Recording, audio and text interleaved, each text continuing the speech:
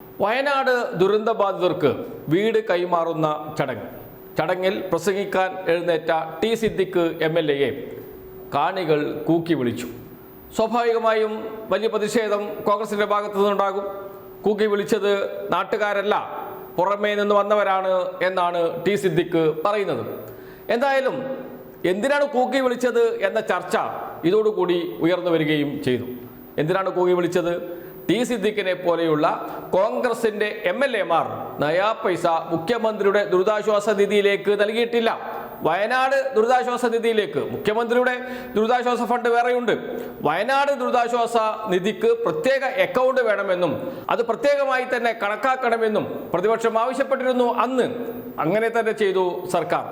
ആ ഫണ്ടിലേക്ക് പോലും നയാ പൈസ നൽകിയില്ല. UDF MLA-മാർ മുഴുവൻ നൽകിയില്ല എന്ന് പറയുന്നില്ല.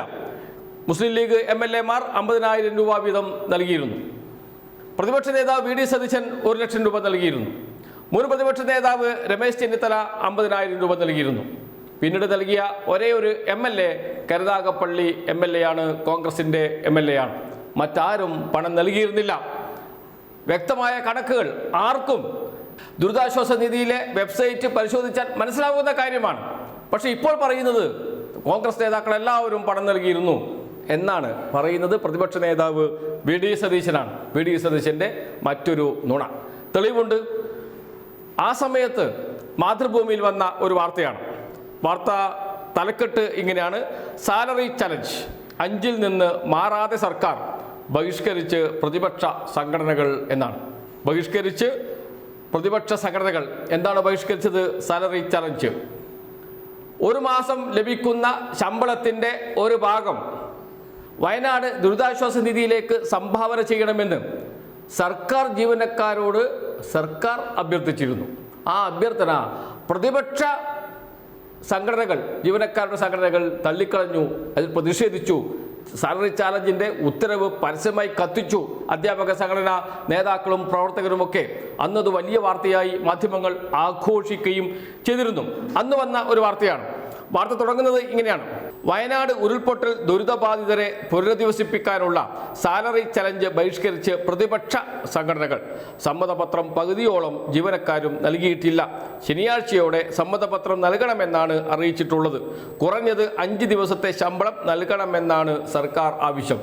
അത്രയും ചോദിച്ചിട്ടുള്ളൂ സർക്കാർ ജീവനക്കാരോട് നിങ്ങളുടെ ശമ്പളത്തിൽ നിന്ന് 5 ദിവസത്തെ ശമ്പളം നൽകണം എന്നൊരു അഭ്യർത്ഥന വെക്കുകയാണ് ചെയ്തത്.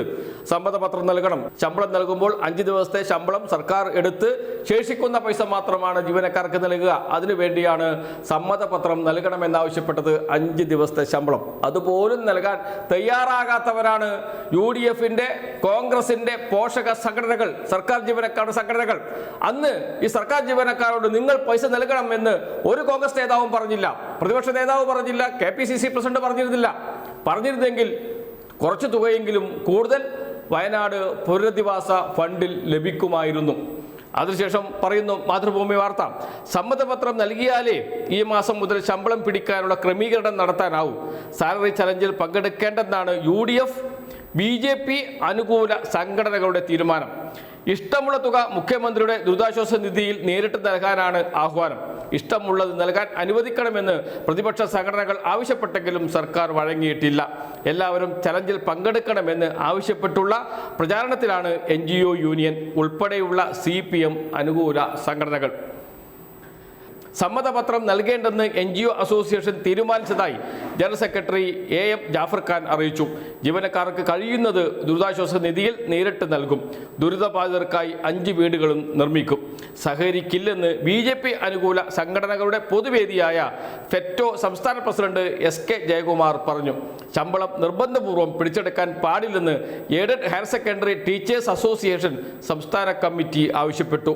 നിബന്ധന ഒഴിവാക്കിയില്ലെങ്കിൽ ചലഞ്ച് ബഹിഷ്കരിക്കുമെന്ന് കേരള ഗസറ്റഡ് ഓഫീസേഴ്സ് യൂണിയനും അറിയിച്ചു.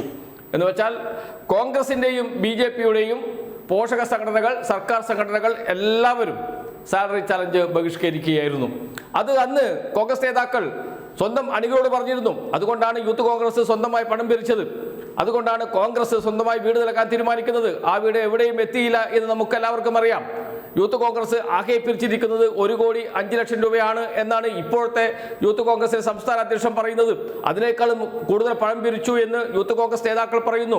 ആ പണം മുഴുവൻ അന്നത്തെ യൂത്ത് കോൺഗ്രസിന്റെ സംസ്ഥാന അധ്യക്ഷനായ രാഹുൽ മാങ്കൂട്ടത്തിൽ സ്വന്തം മണ്ഡലത്തിൽ പാലക്കാട് മത്സരിക്കുന്ന ഘട്ടത്തിൽ ചെലവഴിച്ചു എന്നാണ് കോൺഗ്രസിനകത്ത് ഉയർന്നു വരുന്ന ആരോപണം.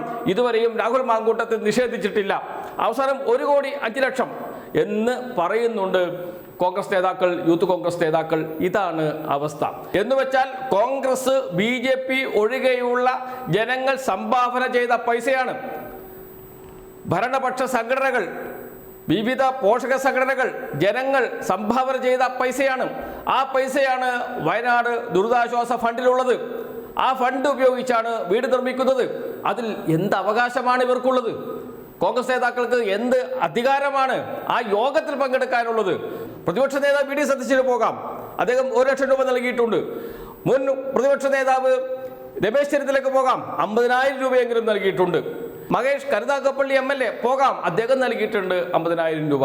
മുസ്ലിം ലീഗ് MLA മാർക്ക് എല്ലാവർക്കും പോകാം, അവർ നൽകിയിട്ടുണ്ട് 50,000 രൂപ വീതമെങ്കിലും എന്ന് പ്രത്യേകം പറയേണ്ടതുണ്ട്. അതൊന്നുമല്ല അവർക്ക് നൽകാൻ കഴിയുക, എത്രയെങ്കിലും നൽകിയിട്ടുണ്ട്. എന്നാൽ ടി സിദ്ദീഖിനെ പോലെയുള്ള കോൺഗ്രസ് നേതാക്കൾക്ക് ആ ഭാഗത്തേക്ക് പോകാനുള്ള അർഹതയില്ല, അവകാശമില്ല. അത് മനസ്സിലാക്കിക്കൊണ്ട് തന്നെയാണ് ടി സിദ്ദീഖിനെതിരെ കൂവൽ ഉയർന്നു വന്നത്. ഇനിയും കൂകും ഇത്തരക്കാർക്കെതിരെ. അത് ജനങ്ങൾ അവരുടെ മനസ്സറിഞ്ഞ് ഇവർക്ക് നൽകുന്ന അടിയാണ്, കരണത്ത് കൊടുക്കുന്ന അടി കൂടിയാണ്.